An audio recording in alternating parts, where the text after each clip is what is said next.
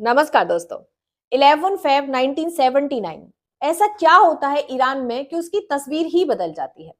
1979 से पहले का ईरान ये और 1979 से बाद का ईरान ये।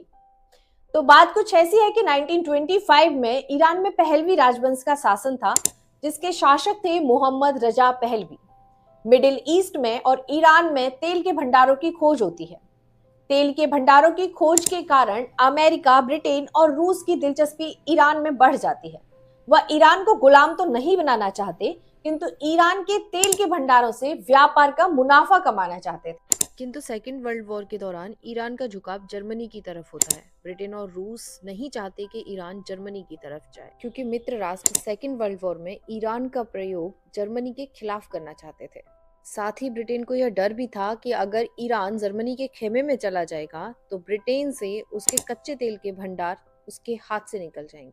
सेकेंड वर्ल्ड वॉर के पश्चात ईरान में कई बदलावों की शुरुआत हुई, जिसके कारण अमेरिका और ब्रिटेन का खेल बिगड़ने लगा। ईरान में राजशाही की जगह लोकतंत्र लेने लगा। कई प्रधानमंत्री बने, किंतु वह ज्यादा समय तक नहीं रुके। अमेरिका और ब्रिटेन की सीक्रेट एजेंसीज ईरान में एक्टिव हो जाती हैं। 1941 में अमेरिका और ईरान में युद्ध होता है।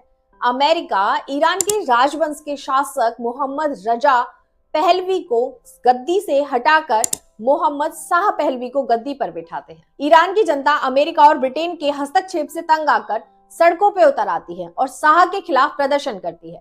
यहीं से जन्म होता है ईरान के इस्लामिक कट्टरपंथी विचारधारा के अयतुल्लाह रहला खुमैनी का, जो भारत के उत्तर प्रदेश के बाराबंकी से बिलोंग करते हैं, जिनके दादा सैयद अहमद खां 1830 में धार्मिक यात्रा पर ईरान और इराक आते हैं। ईरान के एक गांव खुमैनी में रुकते हैं, जहां कुछ समय पश्चात वह अपना सरनेम खुमैनी कर लेते हैं और उनके बेटे अयतुल्लाह खुमैनी ईरान की लीडरशिप में एक महत्वपूर्ण भाग निभाते हैं। शाह की सत्ता का विरोध करने के कारण 15 साल के लिए खुमैनी को निर्वासित कर दिया जाता है, किंतु इसका फायदा भी खुमैनी को हुआ और खुमैनी ईरान की जनता में लोकप्रिय हो गए। खुमैनी ईरान में थियोक्रेसी लाना चाहते थे, जिसका अर्थ है इस्लाम के मूल्यों पर आधारित धार्मिक सत्ता। किंतु शाह, जिन्होंने व्हाइट रिवॉल्यूशन का आरंभ किया, वह वेस्टर्न कंट्री की तरह ईरान में महिलाओं को वोट देने का अधिकार, गरीबों में जमीन का बंटवारा, ज्यादा से ज्यादा लोगों को एजुकेट करना के आधार पर ईरान में सत्ता चला रहे थे। किंतु लोगों को यह पसंद नहीं आया। निर्वासित जीवन जी रहे खुमैनी ने इसे यहूदी साजिश करार दिया और इसका विरोध किया। 1978 आते आते खुमैनी की लोकप्रियता अत्यंत बढ़ जाती है। लोग शासक के तौर पर ईरान में सिर्फ खुमैनी को देखना चाहते हैं। शाह के खिलाफ प्रोटेस्ट होते हैं। शाह प्रोटेस्ट से बचने के लिए मार्शल लॉ का सहारा लेते हैं, किंतु जनता मार्शल लॉ को नहीं मानती, सड़कों पर उतरती और बेइंतहा प्रोटेस्ट करती है। 16 जनवरी 1979 को शाह ईरान को छोड़ देते हैं और शाह के साथ ही राजतंत्र ईरान से चला जाता है।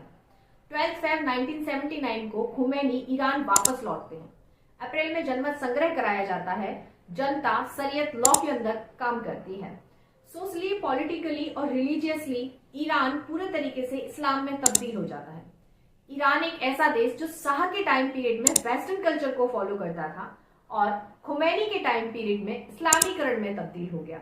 यही वो देश है जिसने वेस्टर्न कल्चर और इस्लामिक कल्चर दोनों कल्चर को जिया।